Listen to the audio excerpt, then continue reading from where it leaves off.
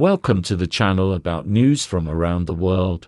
While you subscribe and like it, we're going to start. Sergey Lavrov recently announced the inclusion of the African Union into the G20. From now on, Africa will become an independent player on the world stage and will be able to influence world politics. This event can be called the most important shift in geopolitics in the last 500 years. What is the importance of this event and why are Russia and China so actively promoting it? Approximately 500 years ago, Americans and Europeans began taking the first slaves out of Africa, and so began the exploitation and colonization of the African continent. Some people naively think that the high standard of living in the West was due to some special democracy or fight against corruption. But all illusions were finally dispelled by the breakdown of relations with Russia, when Borel's Garden of Plenty was deprived of cheap Russian gas and wealthy Europeans were suddenly forced to take frugal showers and turn down the heating to a minimum. Inflation in the EU immediately shot up and the link between Europeans getting cheap energy and European living standards became clear. Borel, the EU's chief gardener, was also forced to admit it, naming Russian gas as the source of Europe's prosperity. But back to Africa, from where the Europeans also got even cheaper resources than from Russia. Former French President Jacques Chirac said bluntly, "Without Africa, France would have fallen to the level of third world countries." Europeans and Americans extract oil, uranium, gold, diamonds, cobalt, bauxite, iron ore and much more from Africa, but for all this wealth, Africa has the lowest standard of living in the world. And to maintain this order of things and to siphon off natural resources for free, the West has used military formations there to keep their governments from raising their heads against the colonizers. But recently, the Russians have begun to fight these formations and train local militaries, bringing order to Africa.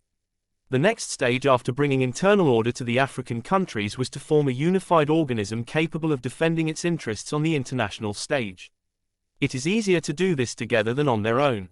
We cannot do without help here either. Recall, for example, Summit of African countries that Putin convened or Lavrov's tour of Africa. Why is Russia taking such an active part in this? For this purpose one may recall events in the Middle East. Besides Africa, Russia, together with the Chinese, pushed the U.S. and the West out of the Middle East, bringing order there and returning Syria to the Arab League. They also reconciled Iran and Saudi Arabia. The Americans used the tensions between these countries as a threat to the Saudis, and in return for their protection demanded that they trade oil in dollars and set prices comfortable for the Americans. But now it is all over, the Arabs are switching to trading oil in national currencies and the dollar, the main weapon of the US, is losing ground. OPEC, meanwhile, has already reduced production several times, despite Biden's displeasure. This also undermined the capacity of the USA, all the more so because oil, unlike the dollar, cannot be printed on a printing press. When Russia and Europe severed ties, it severely undermined the economic and military capabilities of the EU as well. It is roughly the same story with Africa being an independent player on the world stage, backed by China and Russia. Africa will be able to sell its resources at market prices, another blow to the capabilities of the West. A word or two about China, which has also been actively exploited by the U.S. and Europe over the years. There is an opinion that China benefited the most from the so-called economic miracle, but actually it was more the Americans and Europeans who got cheap products from there all these years while the Chinese worked for pennies, breathed the dirty air from coal burning and got cancer. China started winning something, not because of American factories, but because of its own.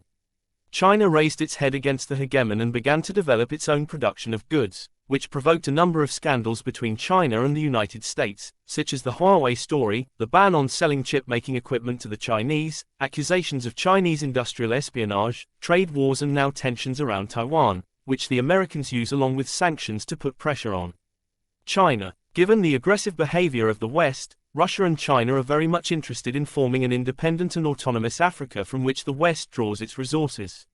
Furthermore, we need a market to replace the European one. The EU has imposed sanctions and is unlikely to ever lift them, and Europe accounted for more than half of our trade. In fact, this is even better. We had a trade surplus with the EU because the Europeans, due to their lack of resources, traded with us on credit and were not interested in developing industries in Russia because then they themselves would have nothing to sell. Africa has no such problems and is interested in buying various consumer goods from Russia. By 2100, Africa's population will have caught up with that of Asia, and Africa is already a growing and promising market for consumer goods as opposed to moribund Europe.